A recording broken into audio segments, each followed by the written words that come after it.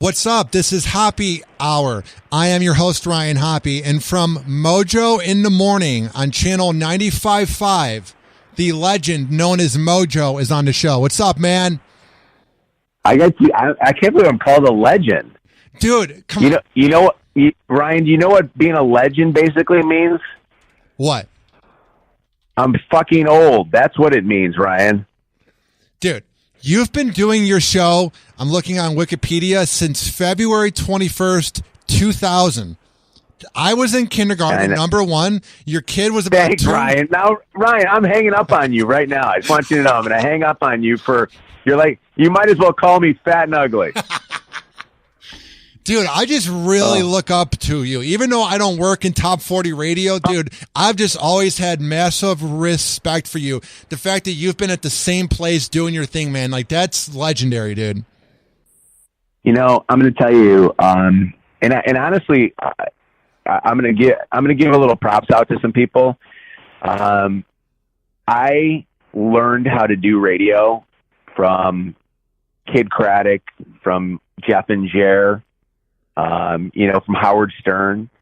And those were the people that I was a fan of. Those are the people that I listened to.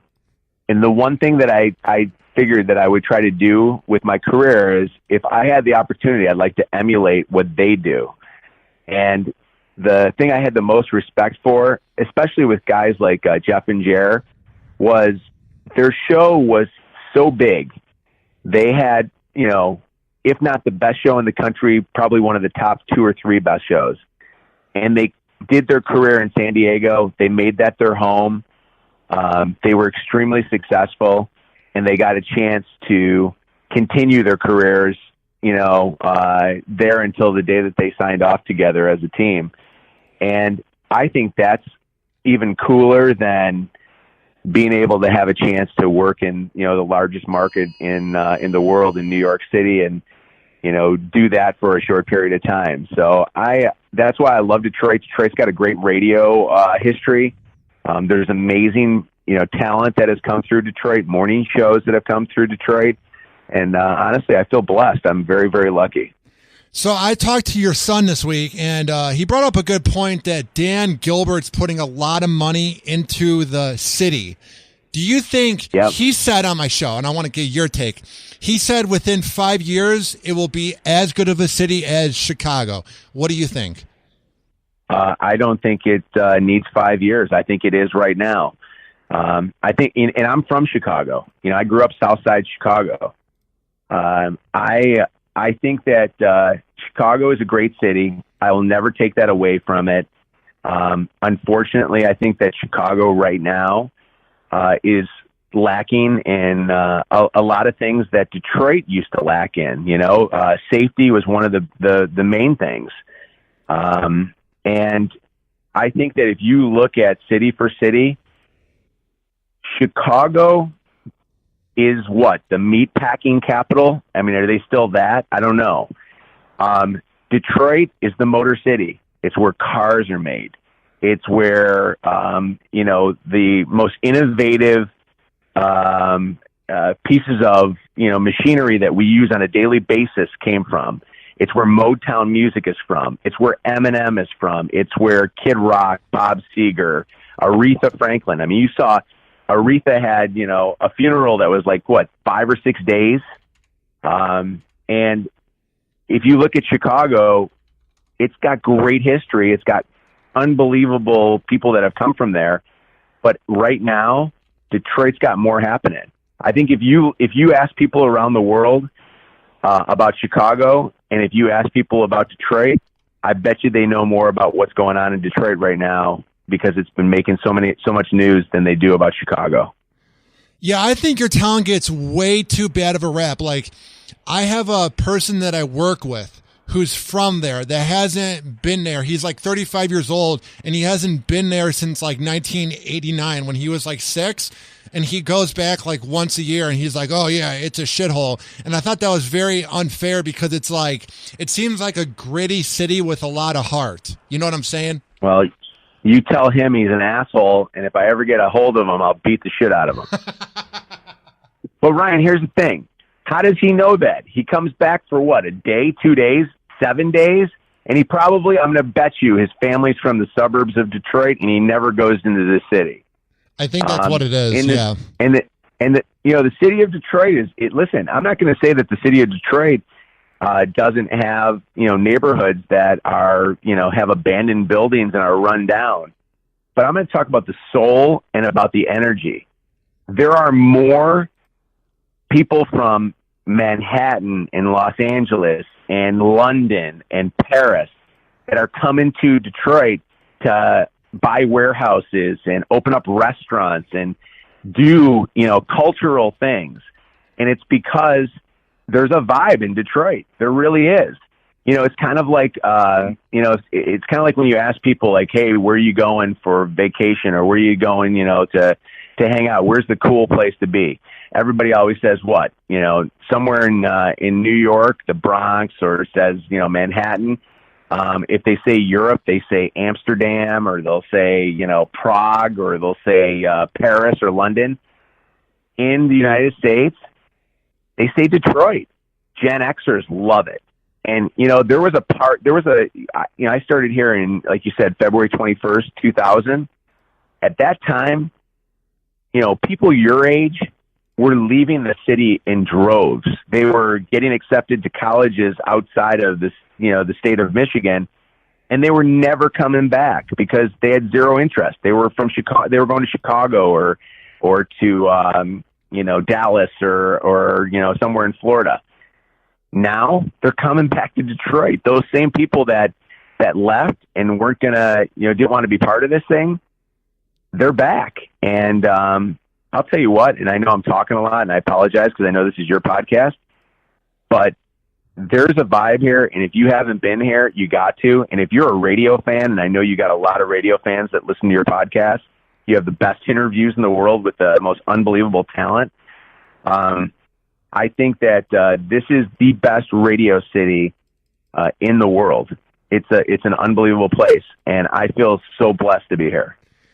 How bad was Kwame as a mayor? Obviously, he was awful, but do you think he was one of the main reasons why your town just took a big hit? It's funny. I actually, when he first became mayor, Spike and Shannon and our crew we were actually friends with him. We got along really well with the guy. We didn't realize at the time that he was as corrupt as he was. He was a bad guy. I mean, that's the reason why he's in prison for a lot of years, and that's the reason why he has to pay restitution in the millions, the tens of millions of dollars to the city. He stole a lot of money from his people, from the people of Detroit, the citizens who were poor, couldn't feed their family. He took a lot of tax dollars, took a lot of money away from community projects. Kids were kicked out of the, boys and girls clubs, and, they had to close those down because this guy was out there buying hookers and, who knows what else. He was about as corrupt as you'll ever see a leader of any American city. A lot of people will rip into the Midwest, but I think that a lot of people are beginning to notice the resurgence of the Midwest, and people are now moving there. There has been a population shift, people moving to warmer climates. It's without a doubt, probably the biggest reason why they're moving. They're moving because, the weather. But their jobs, that's where people want. They want jobs, right? And Detroit's got the jobs now. There's great companies here. There's, the Dan Gilberts of the world with Quicken Loans. There's General Motors and, Fiat Chrysler and Ford Motor Company. All of the different subsidiaries, that are here. There's two of the best universities in the world, in Michigan and Michigan State. I mean, as bad as Michigan's football team is, the university is still one of the hardest places to get into, So I think the Midwest is great. And again, I love Chicago. I'm from Chicago. I think it's a great place. Cleveland is an awesome place. If you've never spent any time in Cleveland, that's probably one of the most underrated cities in the country. and then there are cities like Toledo or Grand Rapids, which we're on in both of those cities. And if you have never been to either one of those cities, especially Grand Rapids is like a hidden gem, man. That place is probably one of the most gorgeous cities in the country. Now, what is the key to making them feel like they're at home if they're listening in Grand Rapids because you're from a different city? Do you kind of cater it differently, or do you keep doing your show? We do our show. We syndicated for 2 years. We were actually on in, Memphis and Tucson, Norfolk, Virginia. We were on in Panama City, Florida. We were on in a bunch of these kind of fringe markets, and it was the worst thing I've ever done in my career. Our show suffered because Detroiters didn't want to hear us talking about, Memphis or Tucson. They wanted to hear about Detroit. They wanted to hear about why the Tigers, were great or why the Lions sucked. And we got so focused on, hey, we were a syndicated show and we were ego, minded and thinking that we were anywhere like a Howard Stern or Rush Limbaugh or Elvis Duran. And it was the dumbest thing I've ever done in my career. And it's made our show suffer. Our ratings went down. 2 years ago, our boss came to us and said, hey, we want to put you on in other cities. And I said, no way. I said, I'll never do that again because, my ratings bonuses in Detroit, to hit number one in my ratings bonuses in Detroit was worth more than any of the syndication I could have done because syndication money just sucks. And I said I didn't want to do it. And he said, well, what about regionalization? What if we put you on in Grand Rapids? What if we put you on in Toledo? And I kind of put up a little bit of a fight, and then we finally decided, let's try Grand Rapids. And I'll tell you what, the one thing that I said I would never do, I ended up doing again, and that was be on another city. But our show hasn't changed. We still talk a lot about Detroit, but we also talk a lot about the stuff that people in Grand Rapids care about, and that is they're fans of the Tigers. They're fans of the Lions, the Pistons. They go to concerts in the city of Detroit, because there's not a lot of concerts that come to, Van Andel Arena in Grand Rapids or go to Toledo. So what we do is we talk about the same lifestyle that people in Toledo and Grand Rapids are living, and we give those two markets a chance to win prizes that they probably would never get because the market size is so much smaller than Detroit. We've given away in the last year, Ryan, we've given away 4 cars through iHeart in our national contesting. We've given away over $1.5 million or given away the chance to win over $1.5 million. We gave away, a house. We've given away apartments for a year. So we've done a lot of giveaways that before we were on in those markets, shows like Free Bear and Hot Wings, they're not able to do that. Their company is a little bit smaller, Town Square is smaller than iHeart. And iHeart gives us the resources to be able to do some things that I think are pretty cool. And I think the people in those cities have taken to it because of our ratings are doing great. So you just brought up one of your rivals in that town. So overall, are you cool with your rivals that are in your markets that you're hurting, or do you have any beef with anybody? No. I tell you what, I love radio people. I really do. Do I want them to get ratings? No. I mean, I want 100% of the audience shares. I'll tell you what, I won't be so selfish. I'll give them maybe 2%. I'll take 98% of it. Okay. I don't mind other radio people.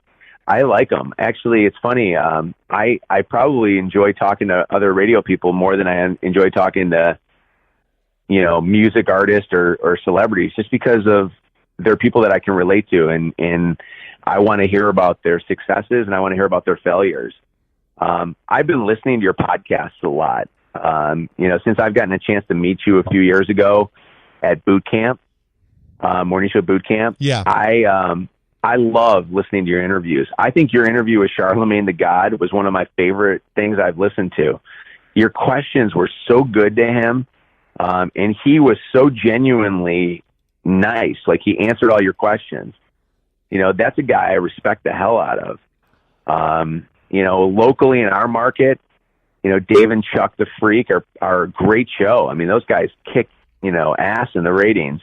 And they're extremely talented guys. I'd love to hang out with those guys. I don't get a chance very often because, you know, I've got family, they've got family. So, you know, it's difficult unless we're at the same kind of events or charity events. Free Bear and Hot Wings I hung out with at boot camp. I have nothing but respect for those guys. They're an excellent morning show. You know, matter of fact, a couple of years ago, I put the plug into iHeart to try to hire them because I thought that they were such a good show, and I thought that they were better than just being on in Grand Rapids. And I know they're syndicated on, you know, a bunch of little stations, but I thought that iHeart could have done a better job of putting them in bigger cities. So with that said, I pretty much like everybody. You know, there's not a lot of morning or afternoon or night talent that I don't like. I love this industry. You know, I answer emails a lot from other radio people that ask me to listen to their tapes and give them advice. I'm at the NAB right now, and we did a session today with Jeff and Jen from Cincinnati, and Steve Reynolds, you know, who's a morning talent coach, who's one of my best friends in the world. And, you know, we talked about a lot of the people that we've worked with and worked against, and I got nothing but respect. You know, if you do it the right way and you're not an asshole, I like you. You know, I've got nothing against you. You know, there's only been a couple of people that, to me, I ever felt like they went through asshole stages. But, you know, I'll give them the benefit of the doubt, and I'm sure I did too. I'm sure I went through an asshole stage. But I think you got to respect people, you know. I look at you and your passion for radio, and you know, we're taping this, and it's 9:51 at night, and you went back to the radio station to do this because you got a passion for radio. And you know what, man? That says it all to me. And from a guy who's got a son that's in radio, all I want is him to be passionate about what he does and excited about what he does. And I love, Ryan, that you are excited about what you do. Dude, and I'm not just saying this because you're on the phone. You've done a good job, like, molding your son into the person he is. I didn't realize that he was younger than me. I assumed he was 27 or 28, not by the way he looks, but, dude, by the way he acts. I know he has to be humble because he's younger, but, dude, man, he's got big things happening if he keeps doing all the right things. Well, I appreciate that. I feel bad for Joe. And it does bother me because I know there are people that think that he's only in the position that he's in because he's my son. And I'm going to say this to you. He's a damn talented kid. He's so much more talented than I was at his age. I mean, I could play you tape of me at 23 years old, and I was horrible. You know, I made a lot of mistakes, and I was kind of a puker and not a very, you know, conversational person. So he's so much better than I am. I feel bad for him because I think that he deserves to be known as Joe and not Mojo's son. But I also think that, and I tell him this a lot, embrace that, you know, embrace it. And if, you know what, if the people who hate will hate on you for no matter what it is, you know, it doesn't have to be that you're Mojo's son. But the people who truly respect your talents, and I really appreciate you saying that about him because, you know, he and his brothers mean the world to me. He's going to do great things. And nothing would thrill me more than for Joe one day to be able to have his own morning show. Cause I think he's, you know, too talented to just do his career talking over intros of songs or scheduling music. I think that he's a talent, and he should do his own radio show someday. But I don't think he should do it anytime soon. I think he needs to, to enjoy what he's got going on right now and slow into it. What are some things you have coming up with your show going through the rest of the year, going into 2019?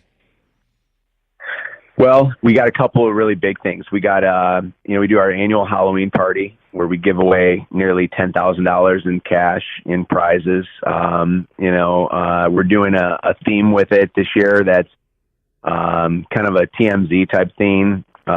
Celebrities dead or alive, scandal, no scandal. We've got our annual holiday, breaking and entering Christmas wish. It's something that Tommy Sablon, Jeff and Jer's old producer, helped me build here in Detroit. That has turned into my personal charity that we 501c3'd and have been receiving hundreds of thousands of dollars in donations every single year from our listeners to be able to help Metro Detroiters, and now people in Grand Rapids and Toledo are also getting affected and helped by it. If they've fallen on hard times or somebody in the family is sick. We're going to do a bunch of stunts. I'm sure pop culture stunts. I'll give you a little bit of a clue because I know there's a lot of other radio people that listen to this. My goal is I try to do one, I call it wow bit, a quarter. I can't put it on a calendar because usually that wow bit is something that comes from, the news or pop culture. But when something big goes on, i.e., when our mayor went to jail, we flew the plane over the jailhouse when he was getting sent to jail that said, Kwame, don't drop the soap. That got us on national news. When Eminem did his very first world tour, Spike found a guy that looked like Eminem. We called him, instead of Marshall Mathers, we called him Partial Mathers. And we snuck into Ford Field, and we actually got the security to let us, get in there. And we ended up Spike actually got arrested for that. So we'll do those kind of bits that get us noticed. And you know what? Those are fun. And we're only able to do those bits and those wow bits because I have a great staff. I've got a producer, Rachel, who's so awesome, and she's the hardest working person on our show. And I've got, really talented, secondary people that, promotions people that, help us, Spike and Shannon, Megan, Mike, Slim, Joey. And then the cool thing is I got a program director in Tony Travato, Ryan, who I hope everybody gets a chance to work for a guy like this. And he's a fan of the show. When we're done with the show, he's the basketball coach on the sideline that's high-fiving us as we're going into the locker room, instead of bitching and moaning about how many records we played, how many songs we played. Yeah, dude.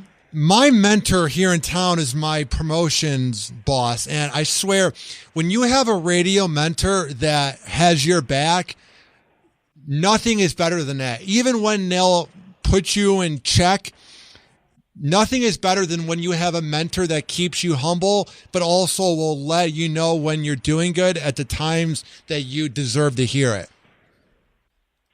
It's so important. Who is that person that's yours? Mike Olivero. He's our promotions director. He's been here for like 30 years. He did a lot of... Yeah. Is Mike any relation to Chris Olivero? No, I don't think so. Okay. Listen, Mike, if you're listening to this right now, the greatest honor you can ever have in your life is not how much money your company pays you or, the minutia of the BS that you get, awards at, the NAB, like the Marconi. The greatest honor that you could ever have is to have somebody like Ryan say, "You're my mentor." When I've been told by people, "Hey, you're my mentor," honestly, Ryan, that means more to me than anything, because that just means being a mentor to somebody is that they looked at the way that I did it and they, look at the way that I work, my work ethic, and they want to emulate that. And you know what? My mentor is my dad. My dad was, he was from Cuba. He came to the United States with nothing, and he actually put himself through medical school and became a doctor. And that was the guy that I looked at as I wanted to be as good as him one day. And I think that guys like I said, Craddock and Jeff and Jer and Howard and Jonathan Brandmeier, those were guys that I looked at and I said, man, if I could ever just be, half as talented as them, I'll be successful. And that's pretty cool. I'm glad to hear that you got somebody, cool like that gives you good guidance and leadership. So for people that haven't heard your show, where can they find it? You can find us on the iHeartRadio app. You just go in there and keyword Mojo in the morning. We've got our podcast on there. We also have a channel that replays the show in its entirety without commercial interruptions. It's the greatest app around, and I am saying that because I work for them, but I'm also not saying that because it's true. It's a great app. You can also find us on Apple Podcasts, which I subscribe to and get downloaded every single day. And if you go on the iHeartRadio app and want to listen to us live, just use any of our channels that we're on. Channel 955 in Detroit, 104.5 SNX in Grand Rapids, or 92.5 KISS FM in Toledo. Well, dude, keep up the good work. It's been a lot of fun having you on the show, and I will see you next year at the Morning Show Boot Camp, or if you come to Tampa. Hey, Ryan, I want to say this to you. I'm so proud of you, man. I love you. I know you and I share a mutual friend in Menace, the world famous producer of The Woody Show. I respect the hell out of you. I think that you are extremely talented. And like I said, I listened to your interviews. You ask some of the best questions I've ever heard. You're the most inquisitive guy in the world. And I'll tell you this, buddy, commercial radio needs more people like yourself, podcasting type style people who get right down to the dirty of things and ask the best questions. And I'm really, really so flattered that you asked me to be on your podcast. It means the world to me that you would do that.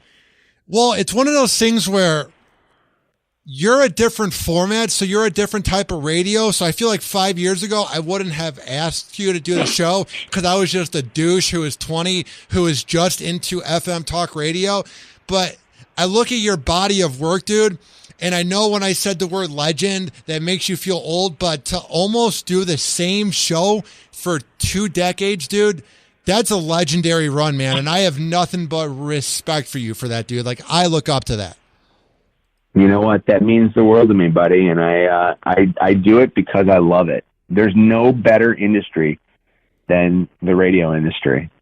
We've got some of the best people that have paved the way for people like you and I to be able to do what we do. And Ryan, you're the future of this, man. I'm 48 years old. I don't know how much longer I can do this. I'll do it as long as I can, as long as, God gives me the ability to do it. And obviously the companies will hire me, but you're the future, and we need to be able to let, kids like my 13-year-old son, Luke, know how great of an industry this is, because we need to have more people want to get into it. When Joe wanted to be in radio, did I want to discourage him? Yeah, I did, because I knew how difficult it would be. But then I thought, you know what? It's difficult now to be a school teacher. I was so passionate about the fact that he wanted to be in radio, and it meant that he looked at me and as a dad, and he didn't get pissed off that I didn't spend a ton of time with him like I should have, because I was building a career. And I'm happy for him, and I'm proud of him, and I'm proud of you, buddy. Now, going back to that, what is the key? So, like, obviously I could go on dating apps all the time and I can easily get dates. It's not even a cocky thing. If I really put effort into meeting girls, even though I'm weird, I can get a date easily.